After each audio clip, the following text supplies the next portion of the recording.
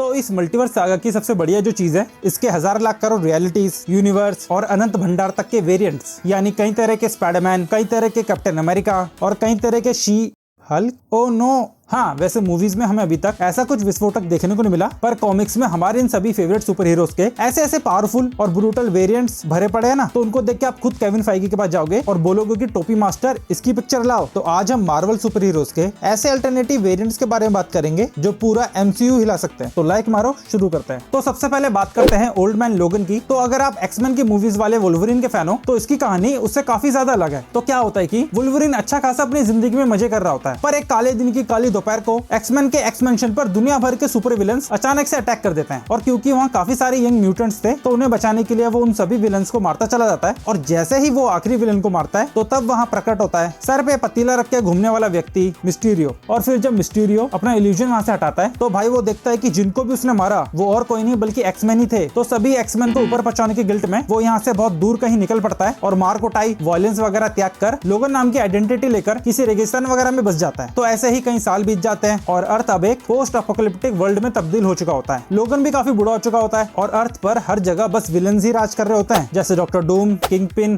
Red Skull और अपना Hulk भी। और ये ऐसा वैसा कोई हल्क नहीं था बल्कि एक नंबर का हरामी हल्क होता है जिसकी एक फैमिली भी थी। तो ऐसे ही एक दिन हल्क की फैमिली लोगन से किराया लेने आते हैं क्योंकि लोगन हल्क के ही एरिया में रहता है और क्योंकि बेचारा गरीब आदमी होता है और उसके पास किराए के पैसे नहीं होते तो हल्क की फैमिली लोगन के परिवार का पत्ता साफ कर देती है, यानी खत्म। तो इसी वजह से लोगन अपने अंदर के वुल्वरीन को वापस जगाता है और बदले की आंख पर निकल पड़ता है और वो हल्क और उसके परिवार के इतने टुकड़े करता है कि गिनती खत्म हो जाएगी पर टुकड़े नहीं। नेक्स्ट है कॉस्मिक घोस्ट राइडर। तो Cosmic Ghost Rider Marvel universe का सबसे वाइल्डेस्ट कैरेक्टर्स में से एक है। इमेजिन क्या होगा अगर पनिशर के पास घोस्ट राइडर की पावर्स हो और फिर ऊपर से उसको सिल्वर सर्फर की भी पावर्स मिल जाए। अरे भाई बस इतना ही नहीं, ये भी सोचो कि क्या होगा अगर ये इन्फिनिटी स्टोन्स का इस्तेमाल करके टाइम में पीछे जाके बच्चू थैनोस को पालने भी लगे। जी हाँ, ये है अपना कॉस्मिक घोस्ट राइडर। तो यार एक बार की बात है, अपने थैनोस जी ने पूरे अर्थ को डिस्ट्रॉय कर दिया था सभी एवेंजर्स को मार के, जिसमें से भाई अपने पनिशर यानी फ्रैंक कैसल भी थे। तो नरक में पहुंचने के बाद वो थैनोस से बदला लेने के लिए इतना पागल था कि उसने उधर मेफिस्टो से भी डील कर ली। फिर मेफिस्टो ने उसे घोस्ट राइडर बनाकर अर्थ पे वापस भेज दिया, पर थैनोस वहां से ऑलरेडी जा चुका था। तो ऐसे ही सालों तक वो अपने दिमाग का गुड़ गोबर बनाया ऐसे घूमता रहता है और ऐसे एक दिन उसकी मुलाकात होती है गैलेक्टस से, जो खुद भी थैनोस का दुश्मन था। तो क्या ये दोनों मिल जाते हैं और गैलेक्टस इसे कॉस्मिक पावर्स देके इसे अपना हेराल्ड बना लेता है और वो बन जाता है कॉस्मिक घोस्ट राइडर। और ये टाइम में पीछे जाके बेबी थैनोस का भी पालन पोषण करता है। क्यों, है ना मजेदार। अब बात करते हैं सुपीरियर आयरन मैन की। ये वही आयरन मैन है जिसके मल्टीवर्स ऑफ मैडनेस में दिखने की खबर थी, पर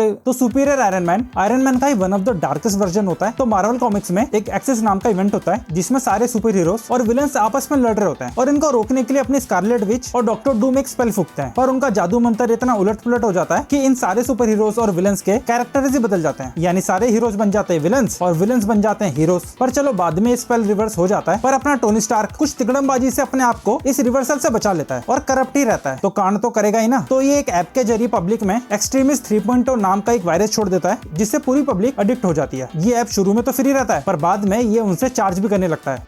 If I speak, I am in big trouble, and I don't want to be in big trouble.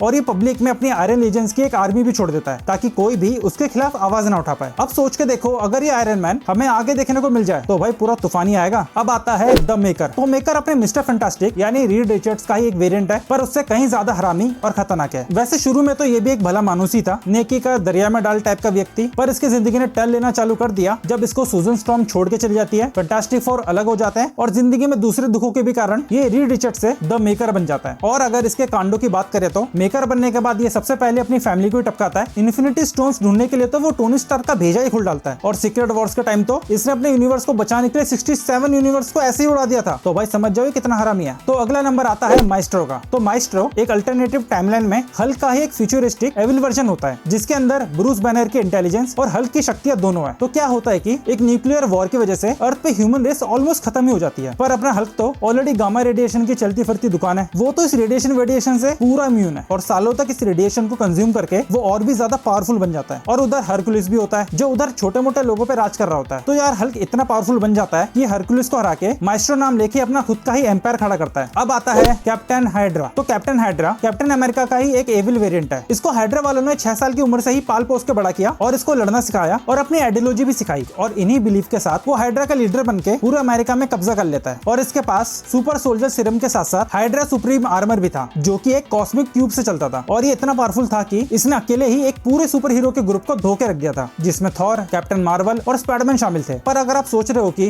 हमारे ओरिजिनल कैप्टन अमेरिका और इसकी फाइट हो तो क्या होगा, तो भाई कैप ने इसको भगा भगा के मारा था। अब बात करते हैं ब्लैक पेरिस स्ट्रेंज की। तो black Paris strange doctor strange का अब तक का सबसे पावरफुल अवतार था। तो ब्लैक पेरिस मैजिकल यूजर्स का एक ग्रुप है जो मल्टीवर्स का बैलेंस बनाए रखने के लिए और इंकर्जन्स को रोकने के लिए डिफरेंट यूनिवर्स और रियलिटीज को डिस्ट्रॉय करते रहते हैं। तो ये सीक्रेट वॉर्स के टाइम अपने डॉक्टर भैया को अपना लीडर बना लेते हैं। वैसे तो डॉक्टर भैया का ब्लैक पेरिस वालों के साथ टाइम ज्यादा देर चला नहीं, क्योंकि अपने डॉक्टर डूम ने इनका सुपड़ा ही साफ कर दिया था। पर डॉक्टर जी की पावर्स इस टाइम पूरे 7वें आसमान पे थी। वो पूरे अर्थ को बस एक वर्ड बोल के ही डिस्ट्रॉय कर सकते थे। और सुनने में तो ये आ रहा है कि डॉक्टर स्ट्रेंज 3 में भी यही अवतार देखने को मिलेगा। And last but not the least आता है र्यून किंग थॉर। तो र्यून किंग थॉर ना सिर्फ थॉर का बल्कि पूरे मार्वल यूनिवर्स का one of the most powerful character है। तो लोकी और रैग्नारोक से हार के और एसगार्ड को डिस्ट्रॉय होता देख थॉर सबसे पावरफुल गॉड बनने का डिसाइड करता है, इवन अपने पप्पा ओडिन से भी पावरफुल। और वो निकल पड़ता है एंशिएंट रून और मैजिक पाने की जर्नी पे और सब कुछ सैक्रिफाइस कर देता है अपना अल्टीमेट फॉर्म पाने के लिए। वो अपनी दोनों आंखों को सैक्रिफाइस करके मार्वल यूनिवर्स का सबसे पावरफुल मैजिक रून मैजिक पा लेता है, जिससे वो पास्ट, फ्यूचर और प्रेजेंट को अपने हिसाब से अल्टर कर सकता था। और साथ में वो ओडिन फोर्स की पावर्स को भी हासिल कर लेता है, जिससे वो अत्यंत शक्तिशाली बन जाता है। वो एसगार्ड वापस आता है, लोकी और रैग्नारोक को अच्छे से धोता है और ओडिन की तरह एक बढ़िया सी नींद में चला जाता है। तो वीडियो को यहीं रैप करते हैं। अगर आपने मेरा गॉडजिला एक्स कॉन्ग का रिव्यू नहीं देखा तो ये रहा, देख लेना। वीडियो पसंद आए तो लाइक मारो और सब्सक्राइब कर दो यार, पैसे थोड़ी लगता है।